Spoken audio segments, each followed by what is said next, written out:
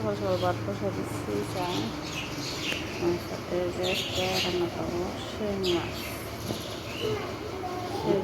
আসসালামু আলাইকুম আমার প্রিয় আপুরা, সবাই কেমন আছেন? আশা করছি যে যেখানে আছেন সবাই অনেক ভালো আছেন এবং সুস্থ আছেন। আলহামদুলিল্লাহ আমরা অনেক ভালো আছি। নাইমুস ব্লগ থেকে আরও একটা নতুন দিনে নতুন ব্লগ নিয়ে আসলাম। আশা করছি ব্লগটি ভালো লাগবে।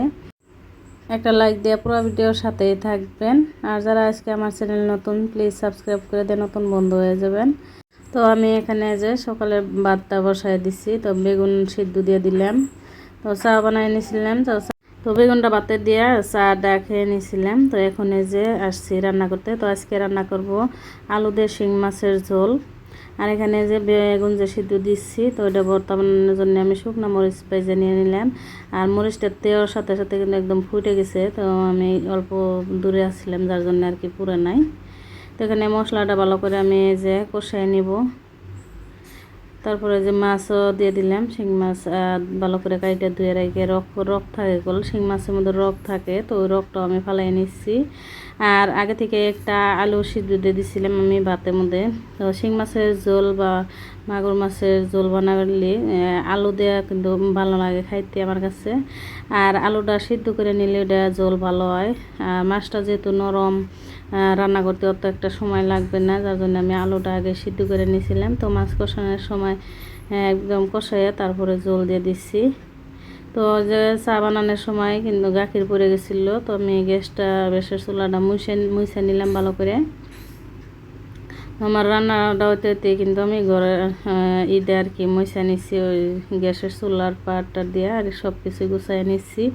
তো এখানে যে ভর্তা বানাই নিয়েছিলাম ইনার আব্বু খাইতে যার জন্য সকাল সকাল আর কি তাড়াতাড়ি বাজে, তো সবাই মিলে খাইয়ে নিয়েছিলাম। তো আবার যে আমি কিছুক্ষণ পরে আসছি এখন আনারস বুনতে।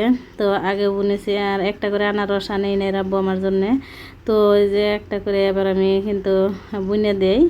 তো এবার বাড়িতে আনারস চাষ করব, এইভাবেই একটা একটা আনবে আর আমি চাষ করব, বুনে দিব আর কি। তো এই দেখেন 3টা বুনছি, আরও একটা আছে আজকে খাওয়া হয়েছে কালকে, তো ওইটাও আমি বুনে দিব। আর এখানে যে গোলাপ গাছের এই ডাল দেওয়া কিন্তু হয় না, ফুল ধরে না, এটা মনে হয় যে জংলা।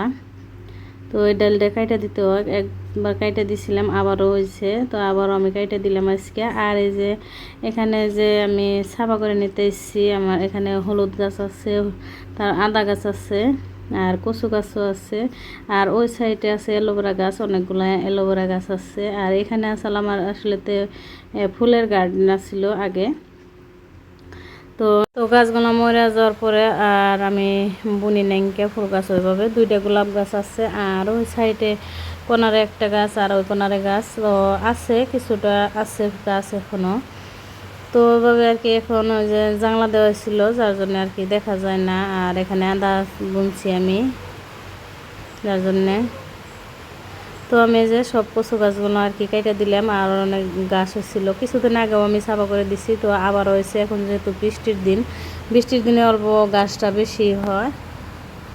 তো ভিডিওটা হচ্ছে কিছুদিন আগের, কালকে আমি ওরকম ভিডিও করা হয় নাই, আজকে ওইভাবে করতে পারি নাই, কারণ হচ্ছে অসুস্থ আমি কালকে থেকে আর কি, অনেক মাথা ব্যথা, তো কালকে ভিডিও দিতে পারি নাই। তো প্লিজ আপুরা আমার সাথেই থাকবেন।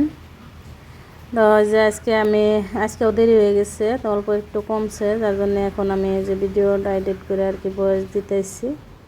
তো এই দেখেন আমার গোলাপ ফুল গাছে কত সুন্দর গোলাপ ফুল ফুটছে, আর লেবু গাছটা এখানে আমি রেখে দিছি। আর এই উপরে আর কি জলপাই গাছ থাকার জন্য দেখেন কত ফুল ফুটছে, আর অনেক ফুল আসছে জলপাই গাছে। আমার প্রিয় আপুদেরকে আবারও বলছি, লাইক দিতে যদি ভুলে যান তো প্লিজ একটা লাইক দিবেন, আর এভাবে আমার পাশে থাকবেন। আসসালামু আলাইকুম।